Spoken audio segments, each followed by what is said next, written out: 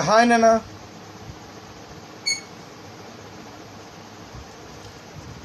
Today in this video, we will learn about the different tests which help us for the detection of sulfuric acid, or else tests for sulfuric acid.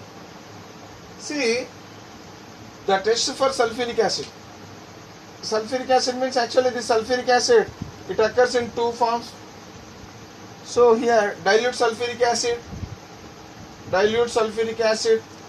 it has different tests. So the dilute sulfuric acid can be identified with by certain tests, and a concentrated sulfuric acid is identified by some other tests. Okay, so here the tests of sulfuric acid can be categorized as two types of tests. So one is dilute sulfuric acid test, and another one is concentrated sulfuric acid tests. So first we will learn about the tests of dilute sulfuric acid. So the first test is called as barium chloride test.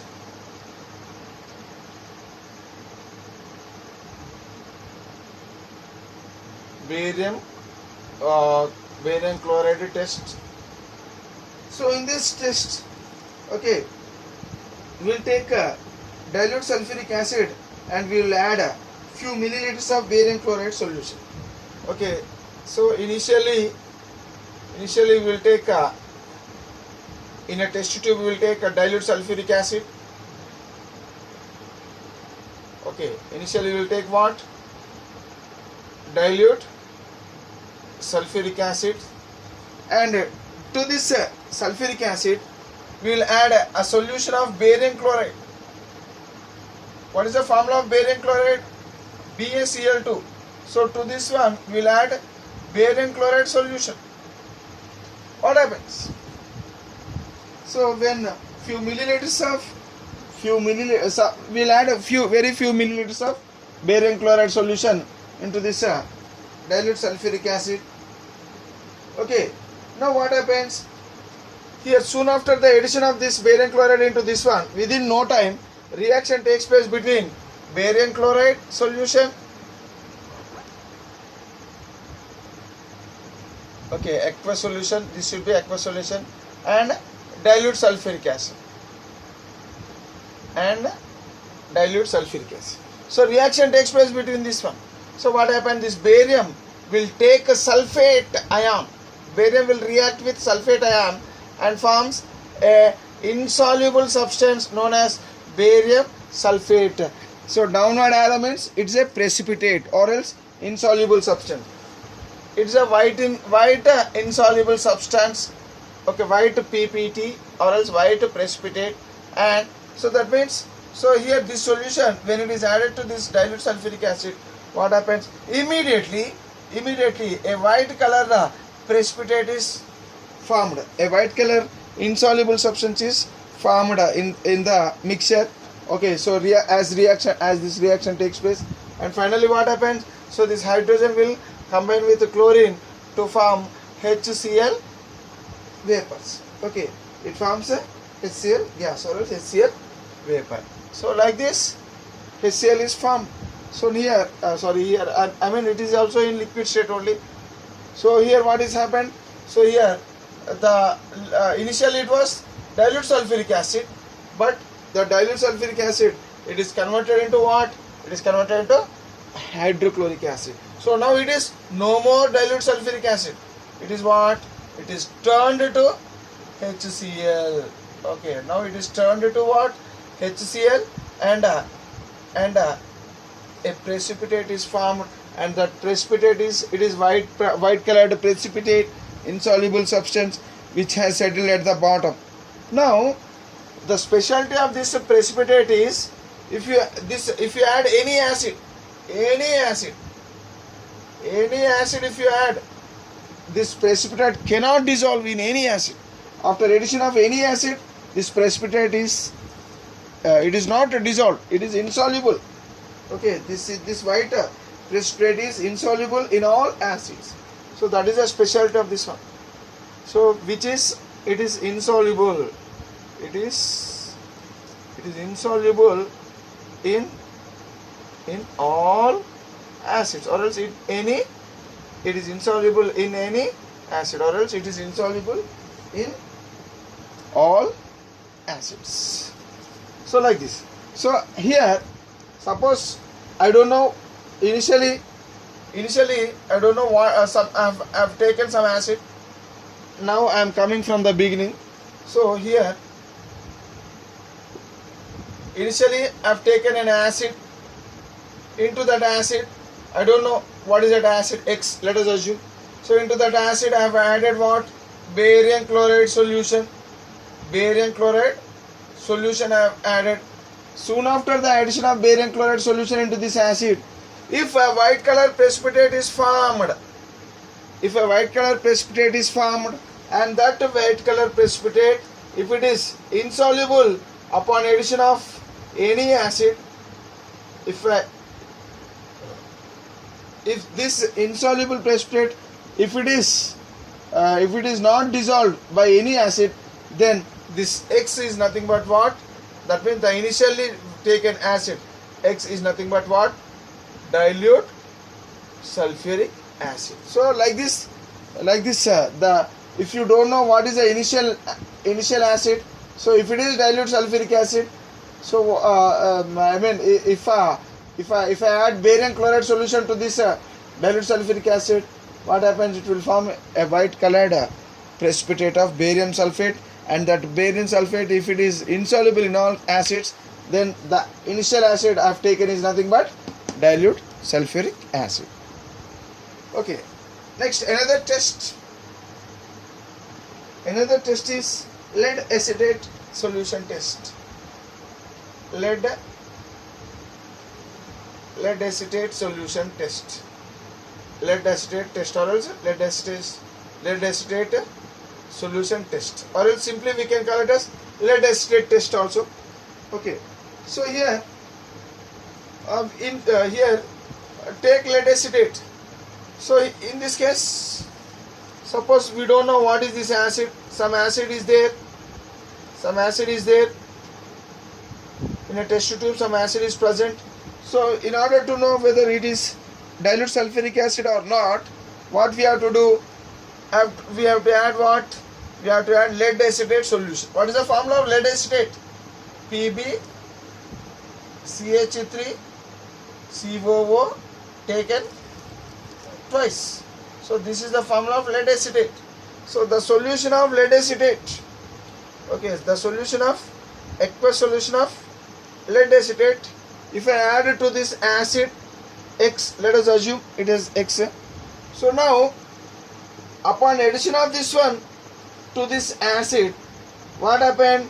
Suppose if here also insoluble white precipitate, if it is formed, okay, here also insoluble white precipitate is formed, and even this precipitate is also unable to dissolved by any acid. Even this white precipitate, in this case also, if this white precipitate, if it is unable to dissolve by any acid, then it is understood that the acid which we have taken initially, it is nothing but what? It is nothing but what? Dilute sulfuric acid. It is nothing but dilute sulfuric acid. See, actually what chemistry is involved in this. So here what happened to this to this sulfuric acid when lead acetate is added? So we will see. So when lead acetate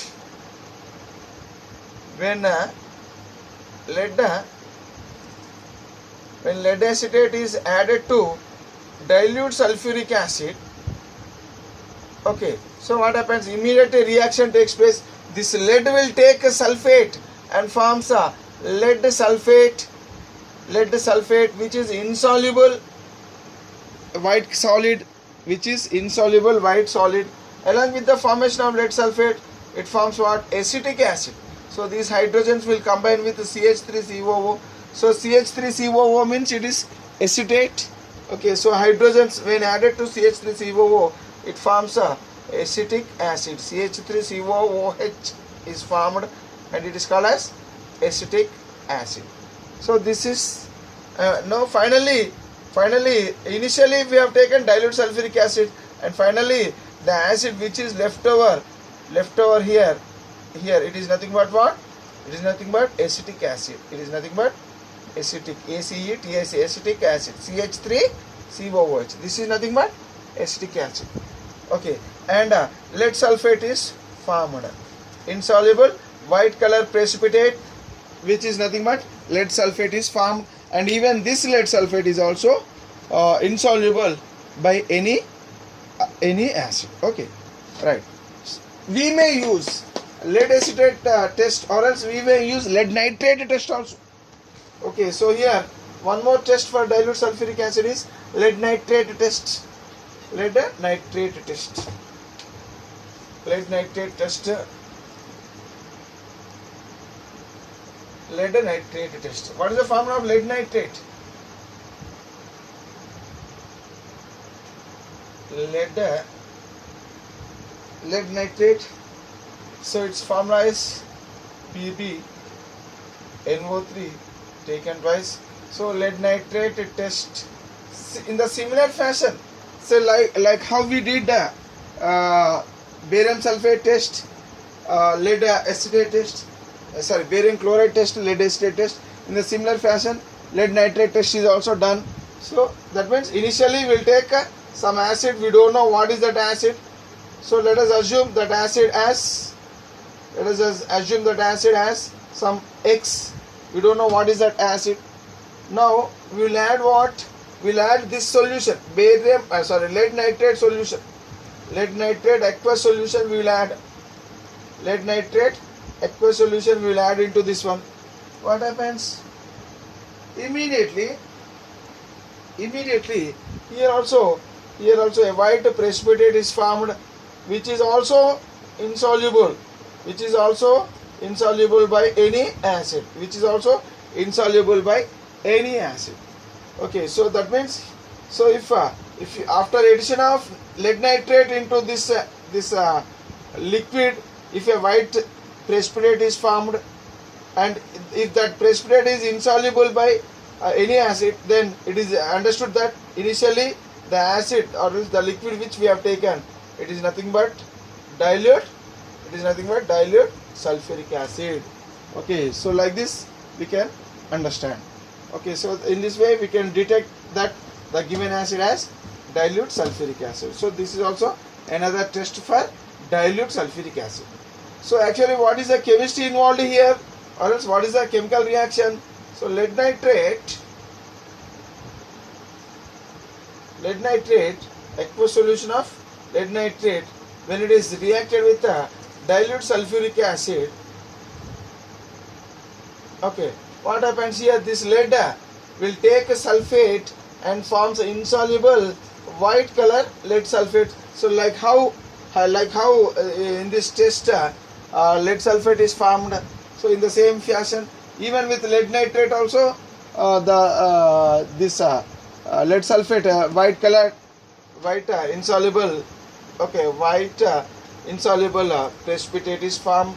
Okay, and along with this one, it forms a nitric acid. In this case, it forms what? In this case, it forms nitric acid.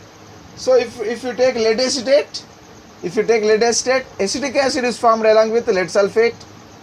But if you take lead nitrate, nitric acid is formed along with the lead sulfate. Okay. So finally, the acid which is left over after this reaction. So finally, the acid which is left over here, it is nothing but nitric acid, and the insoluble substance which is formed in this reaction is nothing but a white color lead sulfate. Okay. So like this, this dilute sulfuric acid can be tested. Can be identified with the help of barium chloride test or lead acetate test, or else lead nitrate tests. Right? Next. Now we will try to learn the test for concentrated sulfuric acid. Okay, test for concentrated sulfuric acid.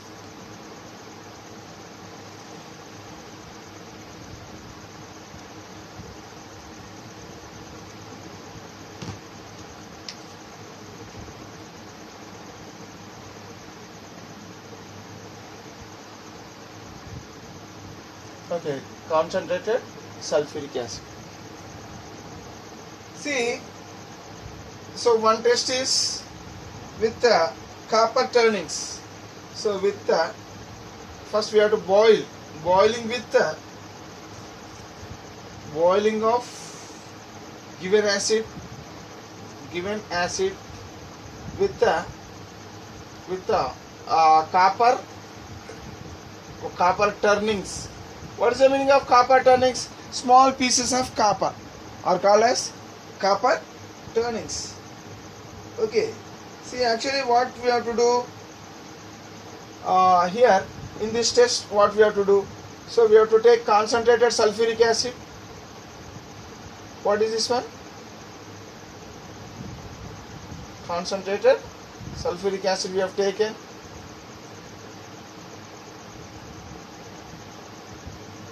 This is what?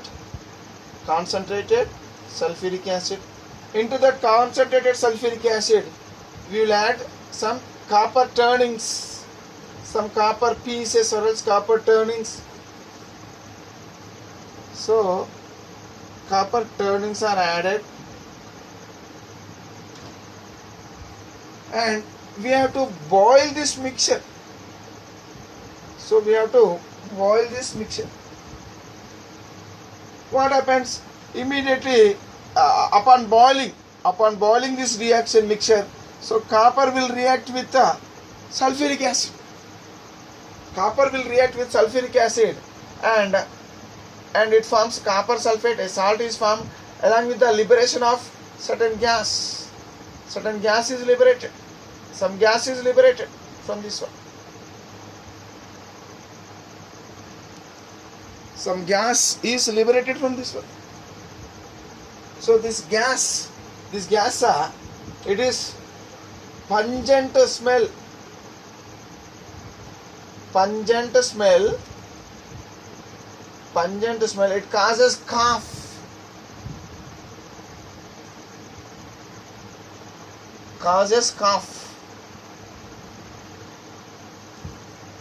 Okay, which causes? It causes a cough. Okay, and also this gas. Suppose if you keep a paper, so this paper is called as potassium dichromate paper. Okay, so this is what? Potassium dichromate paper, K2Cr2O7. So if I keep this potassium dichromate paper here, what happens if this gas, so this particular gas, so it will turn, if this particular gas is if it is exposed to potassium dichromate solution, potassium dichromate paper, what happens? This potassium dichromate paper, it will turn to green.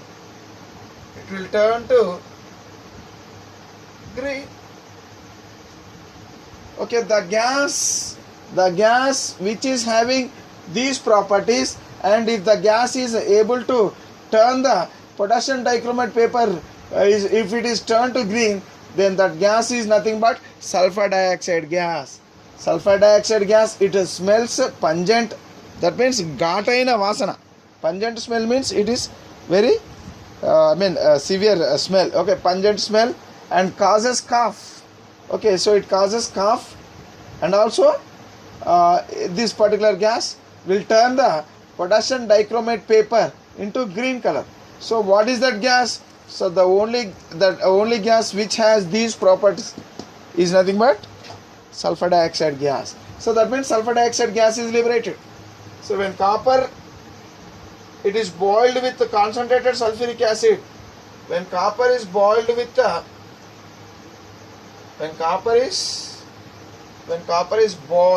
heating, okay, when copper is boiled with concentrated sulfuric acid, what happens? This copper will form copper sulfate. A salt is formed known as copper sulfate. Okay, so that solution, this solution is nothing but copper sulfate solution. Okay, copper sulfate, and along with this some water is liberated, and sulfur dioxide gas is liberated. Okay, so here this is the related equation. So in this process, so sulfur dioxide gas is liberated. So how to identify whether this gas is sulfur dioxide or not? Simply, this gas, it smells a pungent smell and it causes cough.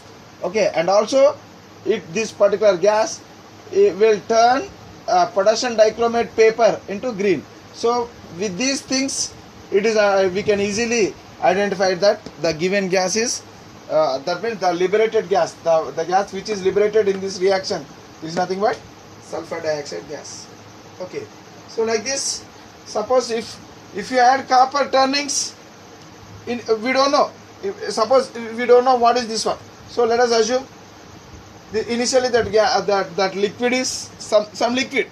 So into that liquid, if you add copper turnings and if you heat it, then if this gas is evolved, then it is understood that the initially taken liquid is nothing but what? Concentrated sulfuric acid. Okay, it is nothing but concentrated sulfuric acid. So from this test, it is understood that we can easily identify that the given acid or else the initially taken acid as concentrated sulfuric acid.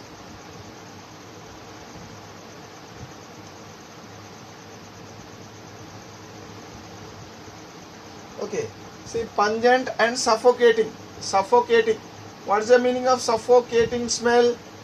Suffocating means, so breathlessness. That means we are unable, we cannot breathe properly. So suffocating smell. So it sweats.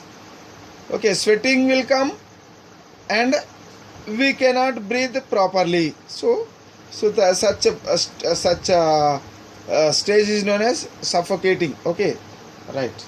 So another test for identification of concentrated sulfuric acid we will learn now.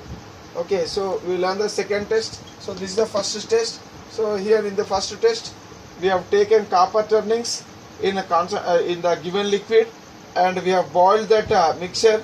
So upon boiling that mixture, if a gas which is having pungent smell, which is causing cough and suffocating, and if that gas is able to turn the potassium dichromate paper to green, then that gas is nothing but sulfur dioxide gas. As sulfur dioxide gas is liberated, so compulsorily the acid which we have taken, the liquid which we have taken, it is understood that it is nothing but concentrated sulfuric acid. Okay, right. Now we will look into the second test for concentrated sulfuric acid. What is that second test? Test 2 for concentrated sulfuric acid. So here, like how we did with copper turnings, okay, here also in the second test also we will do in a similar fashion. So initially we will take a colorless liquid or a thick viscous liquid. Okay, so we don't know what is that thick viscous liquid. So let us assume it has X. Okay, now into this X, if you add NaCl, if you add sodium, NaCl to this one, sodium chloride, it is also called as common salt. Okay, so common salt is added to this one. So what is this one? Sodium chloride, the salt which we use in our day-to-day life in our houses for cooking purpose. So now this mixture, the mixture of this acid and common salt, when it is heated, when it is boiled, so that means common salt and some acid X, when it is boiled, what happened? So during this process, okay, a colorless gas is evolved. A colorless gas. Okay, this gas, it fumes strongly in air. So that means it forms fumes. So above this test tube, you will find some fumes. Okay, fumes are formed. So So this gas, it is forming fumes. Why these fumes are formed? Because this gas which is present, which is released, so that gas, actually it is HCl gas, it will dissolve in the moisture present in the air. Immediately it forms what? Immediately it forms HCl droplets.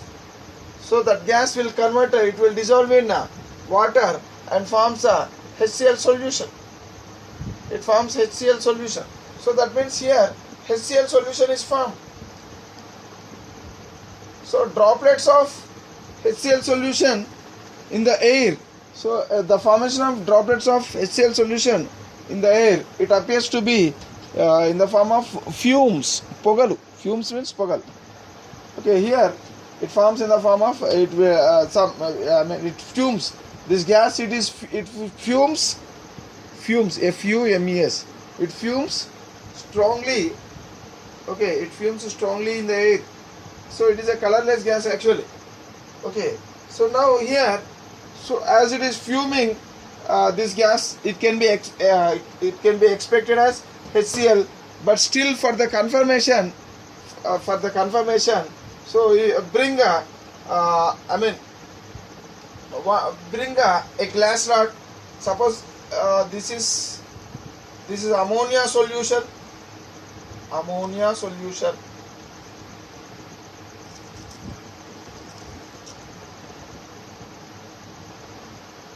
Ammonia solution. That means when ammonia is dissolved in water, it forms ammonia solution. The formula of ammonia solution is NH4OH. Okay, so here dip a glass rod in this ammonia solution. A glass rod. A glass rod is dipped in this ammonia solution, and bring this glass rod into this gas. So what happens when this gas is exposed to this ammonia solution? Because here this glass rod, it is some ammonia solution is attached to that, it is stick to the glass rod, and now if this ammonia solution, if it is exposed to this gas, and if this gas is able to form white dense fumes, suppose if white dense fumes are evolved from the glass rod which is dipped, the glass rod when dipped in ammonia solution, and if it is brought near this gas, due to this, if this glass rod, it is able, if it forms a white dense fumes, white dense fumes, so it is understood that these white dense fumes are nothing but ammonium chloride. It is nothing but ammonium chloride, because only with ammonia solution, only HCl with ammonia solution. Okay, only HCl when reacted with ammonia solution, then only it forms the only HCl with ammonia solution, only HCl will form ammonium chloride. It is nothing. It forms a white dense fumes of ammonium chloride is formed. Okay, ammonia hydroxide. Ammonia solution means ammonium hydroxide. So along with this one, some water is also formed. Okay, so here white dense fumes. So in the competitive exams, so there they may ask, so what are the white dense fumes which are produced when a glass rod brought near the mouth of this test tube, okay, which is actually having an acid. Okay, what is that acid? So that acid, compulsorily it should be concentrated sulfuric acid. When sodium chloride, it is boiled with when it is boiled with concentrated sulfuric acid, then only it forms it liberates HCl gas. Okay, then only it liberates HCl gas along the formation of sodium Sodium sulfate. See, look here. Here the temperature, if it is above 200 degrees centigrade, if the temperature is above 200 degrees centigrade, it forms a sodium sulfate in this reaction. It forms a sodium sulfate. But if sodium sulfate is formed, what happens? It will damage the test tube. So that is why, so we have to heat this mixture below 200 degrees centigrade only. So when the mixture of concentrated sulfuric acid and sodium chloride, if it is heated below 200 degrees centigrade, then it forms a sodium bisulfate. Sodium bisulfate does not damage, it won't damage the test tube. Okay, and here also HCl gas is formed. So we have to maintain the temperature below 200 degrees centigrade temperature only, and we should not heat to above 200 degrees centigrade, because at above 200 degrees centigrade the product formed will be sodium sulfate. If sodium sulfate is formed, it will damage the test tube. Hence we have to heat the mixture below 200 degrees centigrade, so that here sodium bisulfate is formed. So this sodium bisulfate, it does not damage the test tube. Okay, so hence we have to maintain the temperature below 200 degrees centigrade only. So now here the question is, so when this reaction is taken place, HCl, the gas evolved is nothing but HCl gas. Okay, this HCl gas, it is a colorless gas and it fumes strongly in air. Okay, it fumes strongly in air, and when a glass rod which is dipped in ammonia solution, if it is brought near this HCl, immediately within no time white dense fumes or else thick white fumes are formed. Okay, thick white fumes are formed. So these white dense fumes or else thick white fumes are nothing but ammonium chloride. So from this it is understood that the acid initially taken liquid, colorless liquid, it is nothing but concentrated sulfuric acid. So in this way, so this is also another test for finding out concentrated sulfuric acid. Okay, right. So what happened here? HCl will react with ammonium hydroxide to form white dense fumes or else dense white fumes along with the liberation of water. Okay, so like this, these are the tests for sulfuric acid. Okay, right. So now with this lesson, sulfuric acid is finished. Okay, from the next video we will start a new lesson known as organic chemistry. So organic chemistry is the most important lesson. So we will start that organic chemistry from the next video. Okay, bye now.